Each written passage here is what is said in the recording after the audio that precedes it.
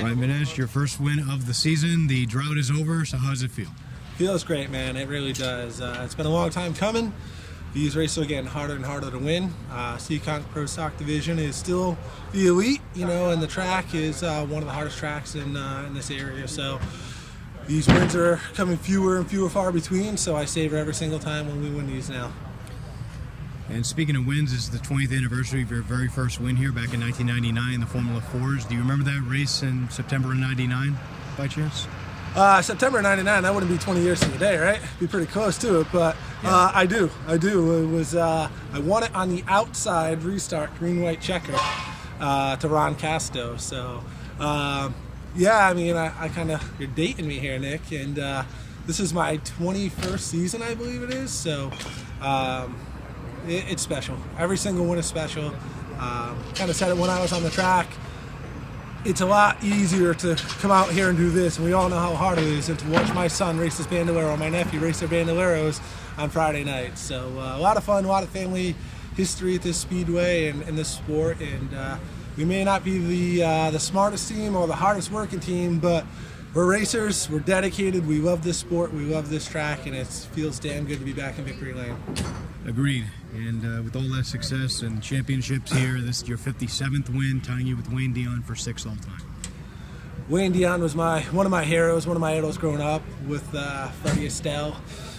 So to be tied with a guy like him and surpass Rick Canito, guys that I watched race back in 2011 for his win record, to do that kind of stuff is surreal. Looking around these pit areas now, I'm looking at kids getting younger and younger and younger and not knowing half the kids here anymore.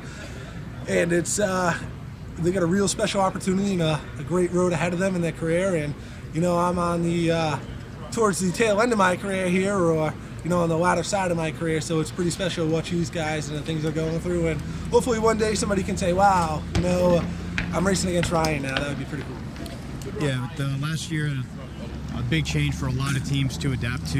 It's an expensive deal. How trying was that for all the teams last year with the bump stop package?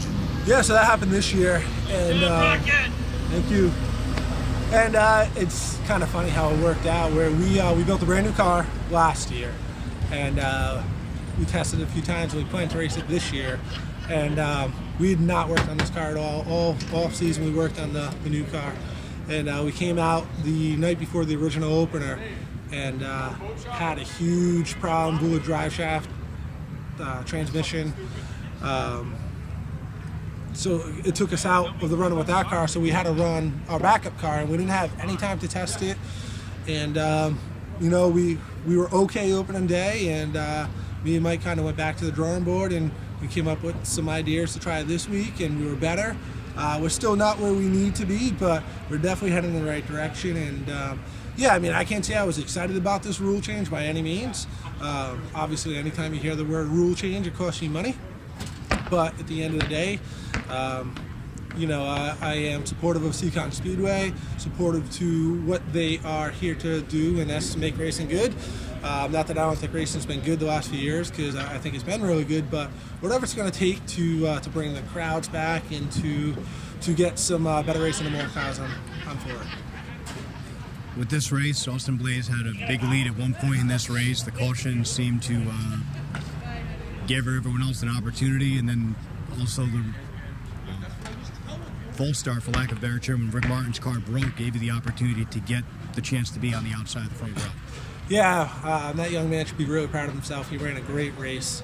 I've been there, done that, where he had a straightaway lead, took off, no yellows, the race was his. That was a story of my life last year. I think we led probably the most laps of anybody and won the least amount. We didn't win any races. It's just the way it kind of falls, and he drove a great race. He finished top 3, first time he's made the podium, so and we kind of talked real quick. Anytime you can bring these cars home in one piece, you can work on them and make them better. So Austin has a bright future, a bright career, and he's going to be one to beat here for many years. And then was that something you just were able to take advantage of on the restart? Were you able to get the lead ultimately, or that just... So yeah, car was pretty good tonight, and it was really good on the short run. And I knew Austin was going to be good, and I just bombed it in there in 1 and 2. and I had a good run going on him. And Austin's a clean racer. I've watched him come up through the streets, go-karts, and then I think mini cups, and then street stocks and late models. So I know he's a clean racer, and I trusted racing next to him, and I pinched him down a little bit. I don't even think we touched. He ran me really clean. I think I ran him really clean. And, it was a good race, and I knew once I could kind of get to the bottom, I thought we were going to be pretty good. And I knew the 52 was coming, and I was hopeful that the 16 to 52 would start to race and would kind of give me some room. And every lap I was going by and hoping there was going to be no yellows, because again, that's what happened to me multiple times last year, and no luck was on our side tonight. What are some of the people and sponsors that make your season possible? First of all, I got to thank my brother Mike Vanasse. He worked so hard on these cars. We work hard together on these, and it's pretty special to be able to win together. We lose together, we win together. Obviously, like I said, we're not where we need to be yet, and we're not going to rest on the laurels here. And this makes us hungrier to win again and again and again. So I got to thank Mike. I got to thank my buddy Mike Medeiros, who comes up here every week after work. He gives it 100%. I got to thank my wife and my kids who come here every single week, and every family member and sponsor and supporter that come here every week and support us means a lot. International CDL, A&A Auto Parts, Ocean State Oil, and Nats Racing Engines. We wouldn't be here without them. I know it sounds cliche, but really, I wouldn't be able to run at the Premier Series Seekonk Speedway without the support that I have. What's the emotion, given that you had some misfortune with the car, and you guys rally and get a podium last week, get a win this week, and any other season you guys be looking for a title fight, and that's not going to be the case this year? Yeah, we're just focused on having one good race at a time. We want to be competitive. Last year, I think we were we were off our game a little bit. No fault to anybody's. We had some bad luck. We had some mechanical failures, which isn't like us. It just was a bad year, and again, we didn't stop working hard. It's the years that you struggle is when you work the hardest. We kind of found some stuff at the DAV and then the past race, and we went into opening day with some of that strategy, and it kind of worked, but we had to tweak it. And then we hit on something tonight that, again, got us a little bit closer, but we still have some work to do. Any final thoughts? I got to thank Seekonk Speedway for giving us a place to race every week. Got to thank the fans that come out every single week and support us.